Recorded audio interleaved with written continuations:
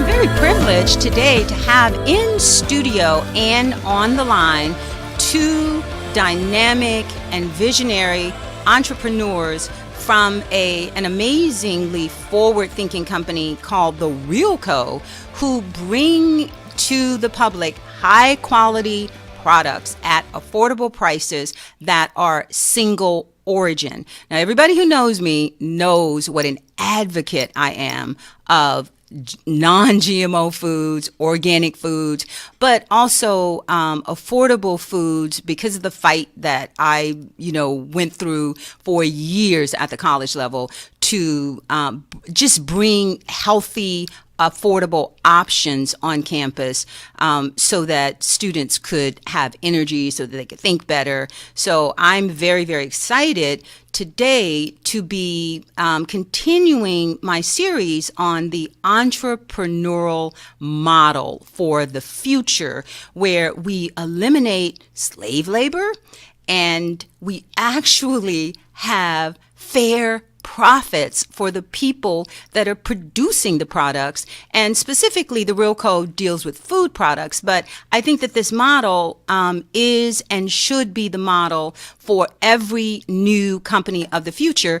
And I'm saying this because when you look at the unemployment rates of college students who are educated, and the fact that the jobs in America have all been pretty much taken, out of the country, I think that in order for us to survive, viably as a country, it's going to be entrepreneurs. It's going to be small businesses. It's going to be people that are forward thinking, that are bringing to the public things that are sorely needed. And we certainly need affordable food that is high quality when you consider that 70% of Americans are obese, and even the ones that are not obese are sick from eating the kinds of food that is readily available on the market. So I have Mo. Hello. Okay, in studio. Now, Mo, I'm going to start out with a question that sounds very obvious, but when you say single origin food, okay, it sounds like a real simple, upfront term, but does that mean that there's multiple origin food? So can you explain what's the significance of single origin food? Okay, well, let's define it first. Okay. And then that will, I think, by default, explain the benefits of it. Right? All right, cool. So single origin food is in essence how we all used to actually shop and get food up until maybe a couple of 100 years ago. Okay. Right? So you literally would have the farmer next door to you, a few farms, one person's, growing tomatoes, another person's growing cucumbers, another person's got a farm with the cows, whatever, and you just go locally and buy all your food. Right. Okay. Or you grew it yourself, right? Exactly. Or you grew it yourself. Exactly. Right. And then you just trade or barter, whatever, and get everything you need, and that's that. Okay. Right? So because of globalization, the industrial revolution, and so on, right, and the corporates whose main goal is really profitability, of course, right? Then they aggregate products and get them from all over the world, right? Okay. Mainly driven by profit. So their focus is not on providing a quality product. The focus is on providing a cheap, effective product that does the job, but they can make a lot of money, right? Okay. So if you take coffee, which is where single origin stem from, okay, you would basically get maybe even the worst beans left, after you've taken away the quality ones, you are left with the worst ones from various farms all over the country. You send them to a factory, they aggregate them all together, blend them together, put them together, and then bang, there's your product. Oh, okay. So there's that middle step is eliminated because the food, it's like going to the farmer's market. Exactly. Where you're getting it directly from the farmer and you're eliminating the middleman. So that's what we mean when we say single origin, no middleman coming in and it's not so much the middleman, it's more that the product itself. It's a whole product? It's whatever it is, doesn't matter, right? Because you can have multiple single origin products, creating one product, so that's Okay. not a problem, right? Okay, got But it. it's about getting a coffee bean or a grain of rice from one known farm or mine or whatever the product is. It's Okay. not mixed with others, right?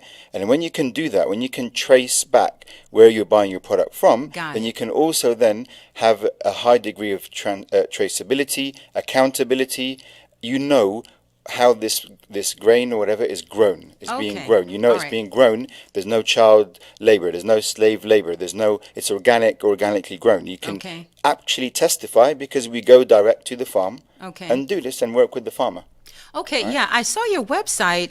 It's the Real Co. Co.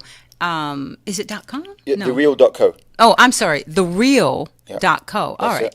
TheReal.co. That's it. And when I went to your website, I was impressed that you actually are featuring these farmers because, for someone like me, I generally 90% of what I eat, I prepare it myself because Excellent. I get about energy. I Yes. get about organic food and non-GMO food. But I also know how important it is, the energy that you put into preparing the food. And so I think it's important whenever someone makes a home cooked meal to kiss the cook, and to show appreciation for the cook, because when that food tastes amazing, it's because that person put a lot of love and a lot of energy into it. And so when you take that back to the farmer, the people that are growing the food, and you could see in the videos the pride, Yes. of these, whether they were mining the Himalayan salt or, it was the rice and they were threshing the rice by hand. You're looking at it and you're going, oh my God, look at the work, because when I went to Fiji, they have a lot of rice farms there. And I noticed that they use the cows to thresh the rice. The cows would walk on a big pile of the rice. And then I saw these people threshing the rice by hand. And I was thinking, oh my God, look at the work that goes into one little bowl of rice. So I think that honoring the farmer, when you consider that we need healthy food to sustain our lives, and we forget about the farmer. Yep. We don't even celebrate the farmer. I think that that's a move in a really beautiful direction. Good. I mean, ironically, there's a lot of farmers. There's a high rate of suicide within farmers. Exactly, especially in India. I'm very much aware of that. I want to bring Belal on the line. Belal, you're there? Yes, I am. Okay, so I didn't want to forget about you, but I'm sure you have something to add to this discussion. Or I understand that your interest in creating this company or being a part of the company had to do with your childhood and your father eating organic meat. So could you share that story? Yeah, sure. So, thanks for having us on. And my father has been in the organic meat business since I was a child, and so we had access to organic meat at home. And but he used to always tell me, well, make sure if you're going to this restaurant or this place that you don't eat the meat because it's not organic. And my question to myself was, well, Can you speak a little closer to the phone? Just a little closer? Yeah. Okay. Is that any better? A little bit. Okay, that's better. Okay. Okay, so my question always to my father was, why shouldn't I eat meat in these places? He said, well, it's not good quality. I said, well, why don't they buy organic meat? And he was like, well, not everyone can afford organic meat. Right. So it got me to thinking, well, should only people who have money be able to afford high quality food or food that's better for us? Exactly. And that was a personal driver for when, Mo and Colin, who'd already set up the Real Co, came and told me about the project. Yeah. Which made me say, being a part of something which, we're striving and really pushing hard to make high quality foods available to the masses. Yeah.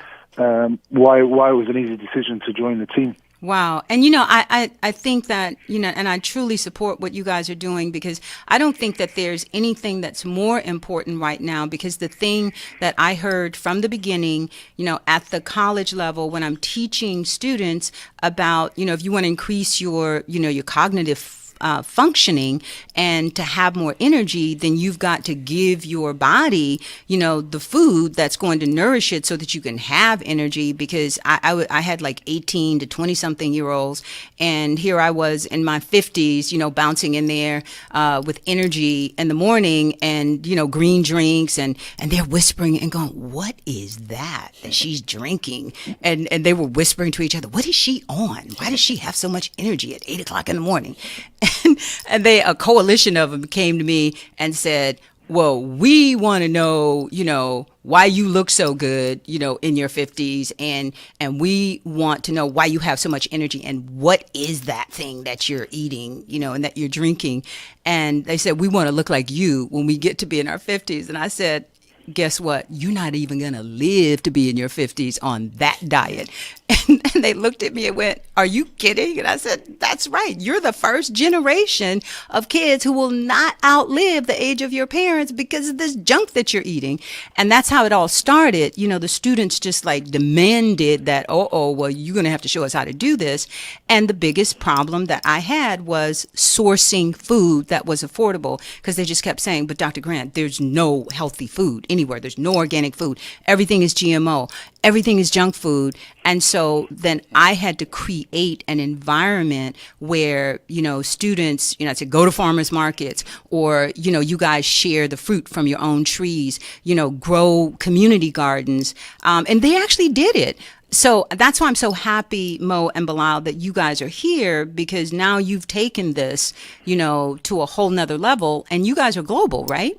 Yeah, we're global, and actually we're just enrolling on we're launching a national farmers market project. So we're going to try and be. It. Yeah, absolutely. You got to go local, right? Yes, yes. Support the local farmers. That's it. And at the end of the day, salt isn't made in California, and stuff like that. So you got to provide stuff that isn't available. Yes. So we do advocate people buying local produce from local farmers. Yes, of course. Very pro that. So we try and provide products that you can't necessarily get locally very easily. Well, of course, yeah, because when you're talking about fruits and vegetables, they do need to be fresh. And it is, from a health standpoint, it is very important to eat fruits and vegetables or honey from, bees that are local, exactly. Because it's better for your body, because you're acclimated, to the pollen and everything in that area. So I'm so happy to hear that you guys are doing that. So when are you going to have that ready? We've already started it. We've already launched our first one in Long Beach. Oh, right. Yeah, we've been doing it for 4 or 5 weeks, and okay. The reaction's been amazing. We've sold really, really well, but it's actually more about the education and sharing the knowledge with people this is more about, to be honest. Okay, so explain to me how is what you're doing different than just regular farmers markets that are here and there and scattered everywhere? We're not necessarily doing anything different, but basically, with a lot of natural products that are on the shelves these days, you don't get the chance to tell the story. You don't get the chance to engage with people. Got it. And hear people's questions or concerns or feedback, right? So in a farmer's market, we can actually speak to people and say, okay, well, this is the reason why you want to have pink salt. Right. This is why it's better for you than... Oh, the educational aspect. Exactly. Well, as an educator, I know that. Exactly. Yeah, exactly. Because without me teaching this and having students write papers on taking personal responsibility for their health, they would have had no clue about why, what they were eating was making them sick. They actually didn't see the connection. Yeah, no, absolutely. And I love everything you told me. I commend it massively, because education, knowledge these days is the biggest weakness for people right now. And it's so true. But, as I said, you can educate people, but if they don't have access to the food in their communities, and we know that in very poor communities, you got a lot of liquor stores, a lot of convenience stores, but you don't have whole food stores. So I hope that you're taking that into consideration. And I want Mo and Belal to talk about what they're doing to eliminate slave labor and to give back. Instead of just focusing on it's all about us making as much money as we can possibly make, which is the old corporate model of profit, and, very little profit sharing, although they say it's profit sharing. Okay, so Mo. Okay, so the first thing we do is when we go to farmers, and this is again the point about single origin, right? Yes. We go and negotiate directly with the farmer. Okay. We source independent farmers who are traditionally or normally only dealing on their local markets. Okay. Right. So Costa Rica, for example, the sugar. We're Right. only dealing with local market. Right. Right. So we go there and we actually inspect the farm. Yeah. We make sure there's a good ethos in the first place within that farm. Right. If Okay. we're happy with that, we actually negotiate. We normally give them a 40% uplift Wow. on what they're selling products for. Oh, Okay. wow. Yeah, and then we enter into more medium and longer term contracts. I love so that they're committed. They know there's a relationship there, and they're not just going. It's not going to be a one-off deal. Yeah. Right? So once all that is secure, then we're comfortable that the farm and the farmers and the employees are all getting looked after. Okay. And we try and do local community projects as well. We're trying to help some farmers go from non-organic to organic certification. I love it. Right? Yeah. Educate them from stop using GMO seeds, use non-GMO seeds. Exactly. Right? And we have to help them as someone who's going to buy from them. They need Sure. to be excited about that and influenced by that. Because it's expensive for them to get that certification. It's very expensive. Most of them, I've talked to farmers markets and they've said, we don't use GMO seeds and we don't use pesticides, but we can't afford the certification. Exactly. Yeah. So that's nice that you guys are doing that. Yeah, and we'll help them. We'll contribute commercially when you give them guaranteed prices that are going to be higher than what they're used to selling. Sure. Then it makes it worthwhile doing it. Of course, yeah. So I totally get that. But a lot of people are looking at it, well, it doesn't say, organic, so we probably shouldn't trust it. But, talk to the farmers, go to the farmers Exactly. markets. But if it's single origin and it's not organic, that means you can actually go to that farm or ask the retailer about the farm. Yeah. So you can, actually, it's not organic, but fine. Are they using pesticides? Yeah. What kind of pesticide? Because I know the questions to ask. Like, what kind of pesticides are you using? And I know the natural ones. So, Belal, I'd like for you to talk a little bit about, how you guys are giving back. Well, I think the important thing, just before I go on to how we're getting back, just to comment on what you guys were talking about, Okay. is that when it comes to organic, or any other certification for that matter, it is a certification, and organic is a growing method. Yes. And why we launched single origin products was to go beyond organic. It's another level of transparency. I agree. As Mo was saying, when you know where your product comes from, a lot of other things become apparent. So it may be organic, but the people are being treated badly. Very poorly. Maybe organic, but on there's child labor on that farm. Yes. There are so many different facets to what goes on in a farming environment, as you've said yourself. Yeah, and thank you speaking for to the pointing farmers that out. is the best way of doing so. Yeah. That's why on our website you can clearly see videos. So if you go to www.thereal.co, click on videos, you can see the people we deal with. You can see them actually farming the products. And as Mo was saying, we have an open policy. We can't get more transparent than telling you where the farm is and taking you there if you want to go. Yeah. To tell you, this is what we stand behind, what we're doing. We have the name of each farm directly on the packaging. Yeah. Not just on our website. And that's our way of saying, here it is.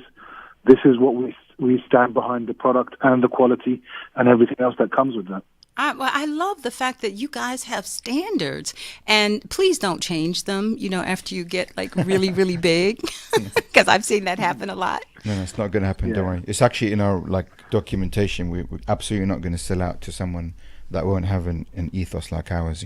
I love that. Okay, so I'm going to be watching going you guys. Back to your question, going back to your question, which was how are we giving back? So we believe there's 3 separate ways we can give back when you're into our type of business or in the industry. One is to help the farmers, which we're doing by paying them a bit more, a fair price for their product. Absolutely.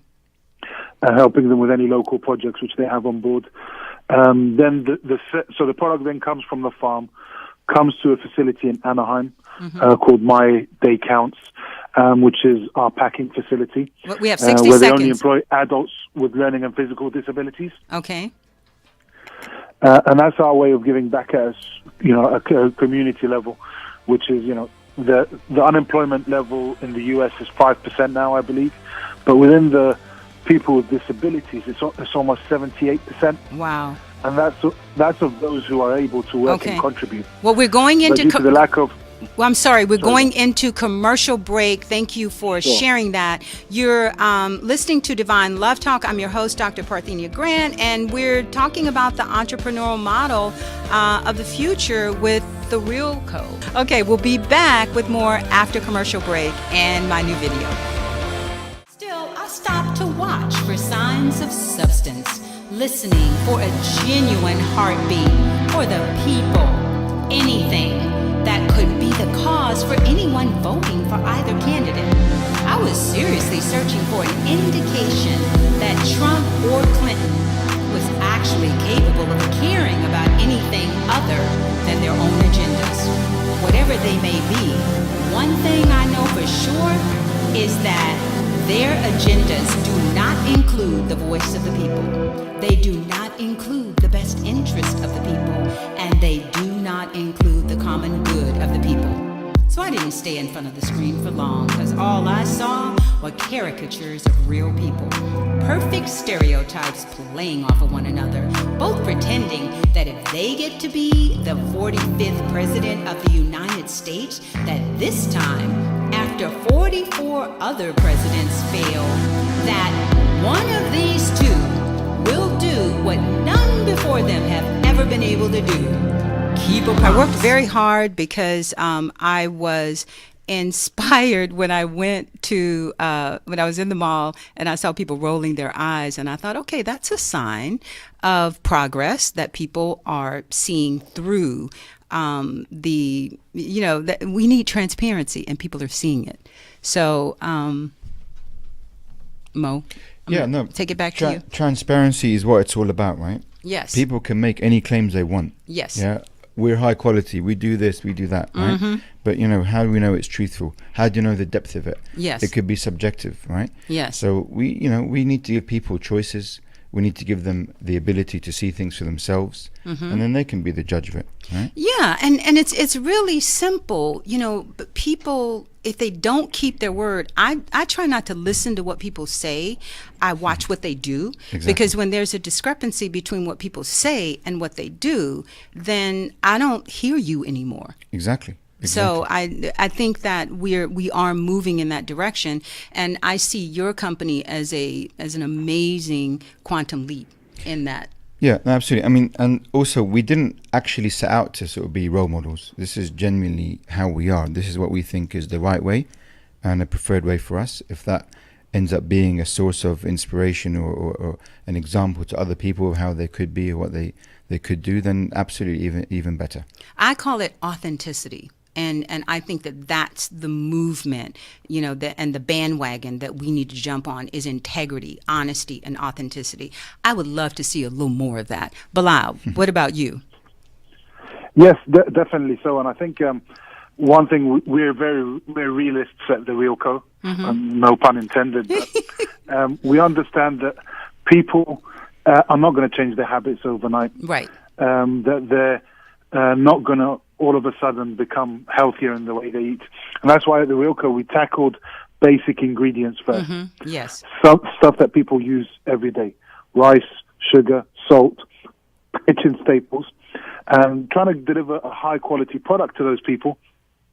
So by default, they're eating healthier just by changing the type of ingredients that they're using. And let me mention something about sea salt, though, that a lot of people are not aware of, because you hear a lot of people saying, oh, I don't do salt anymore. I cut out salt. Well, the kind of salt that you're cutting out, this processed salt, you really should cut out. But our bodies, the water in our bodies is basically the same composition as seawater. And so we need sea salt. And the kind of salt that you guys provide is Himalayan sea salt, which has 85, very important minerals that the body needs. And so I want to encourage people to rethink that whole paradigm, because when a little bit of knowledge is a dangerous thing, when you tell people, oh, cut out salt, but you're not doing enough research on, well, what kind of salt is it that we're cutting out? And the the miners, we wanted you to talk about that.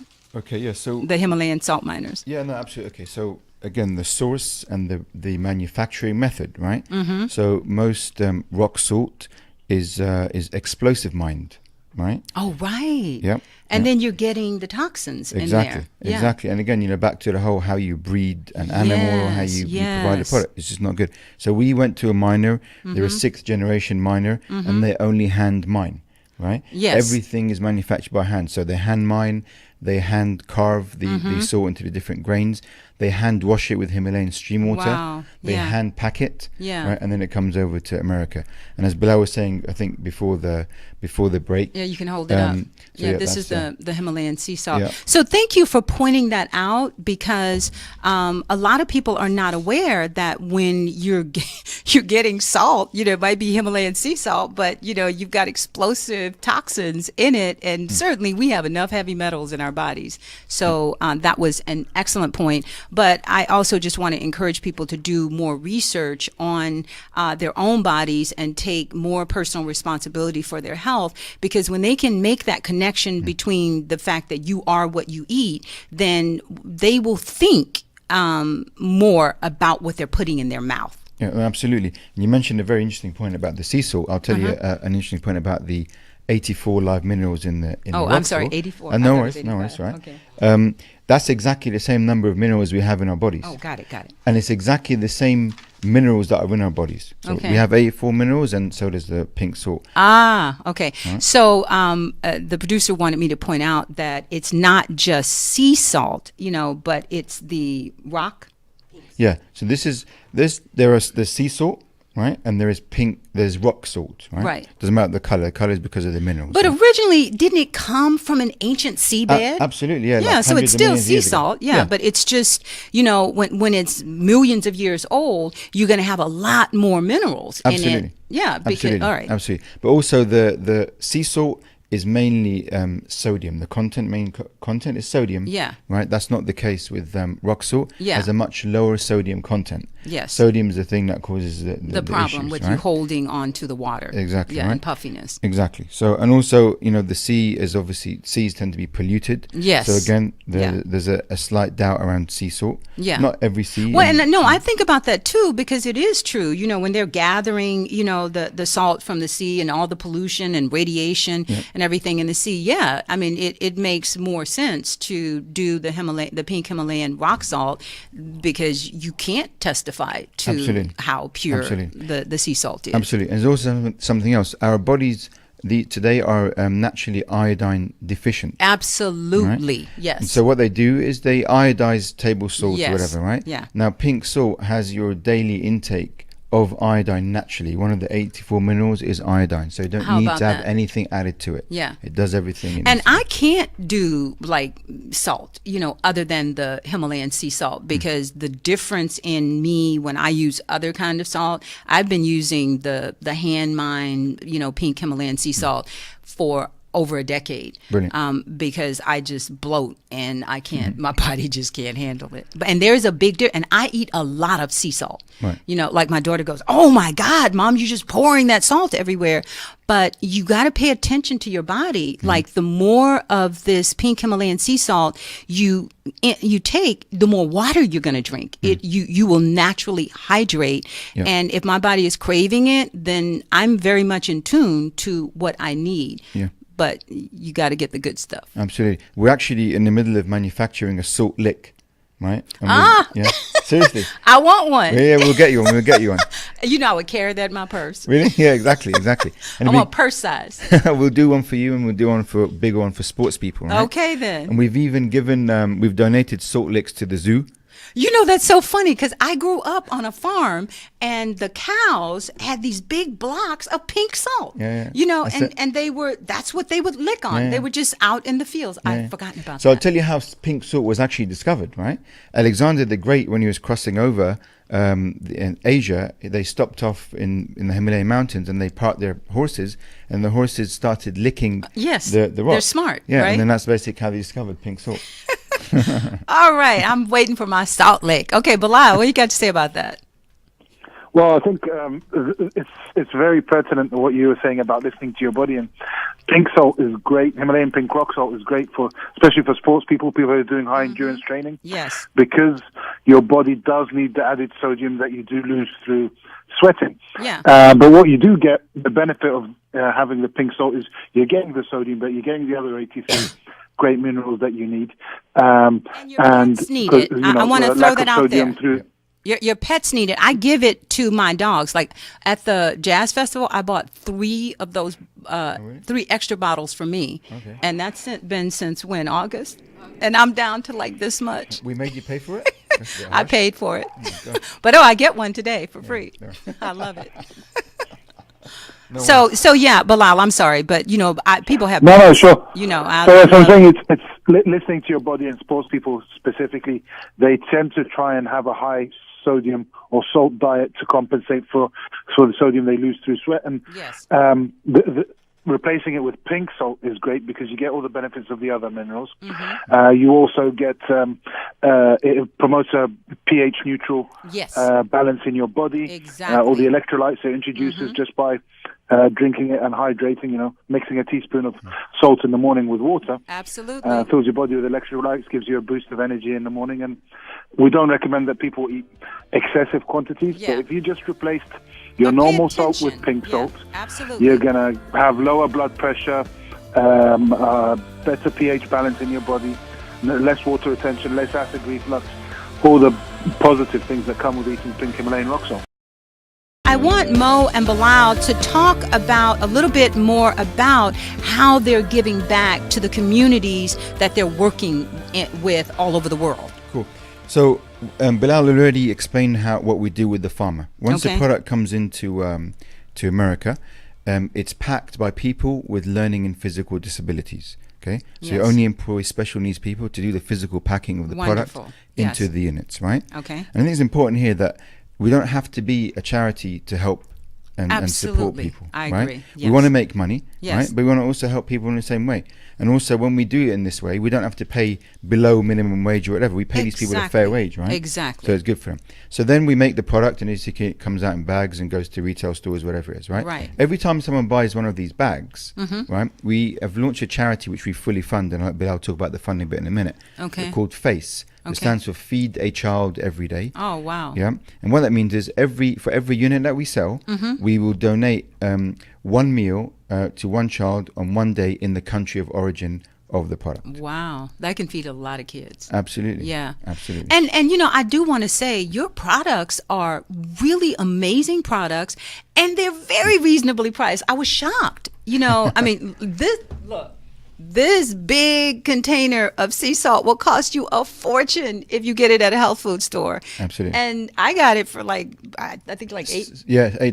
$8. Yeah. Man, I mean, that's a deal. And the coarse one, 20 ounces, $6.99 in expensive retailers. You get it in $6 in an affordable one. Right. For 20 ounces. So really good. And I use the coarse one in my foot baths. I bathe with sea salt. And people who are spiritual know that salt has always been used to dispel negative energy. Like it cleanses your aura. So that's why you see so many salt scrubs, and people, people who shower, like I shower a lot. And so I just put it on my scrub rag or I'll mix oil with it and scrub down with it. It's an amazing scrub. So I like the fact that you can get it affordable. And then, if you take this, you can just pour your oil on this, and you got an amazing scrub. Absolutely. That's very inexpensive. So, Belal, I'm going to let you close the show. Yes, so I just wanted to say that, there's 60 million children below the age of 11 that don't get a meal except for at school. And what we're really pushing for with FACE is to feed the children all over the world. Wow.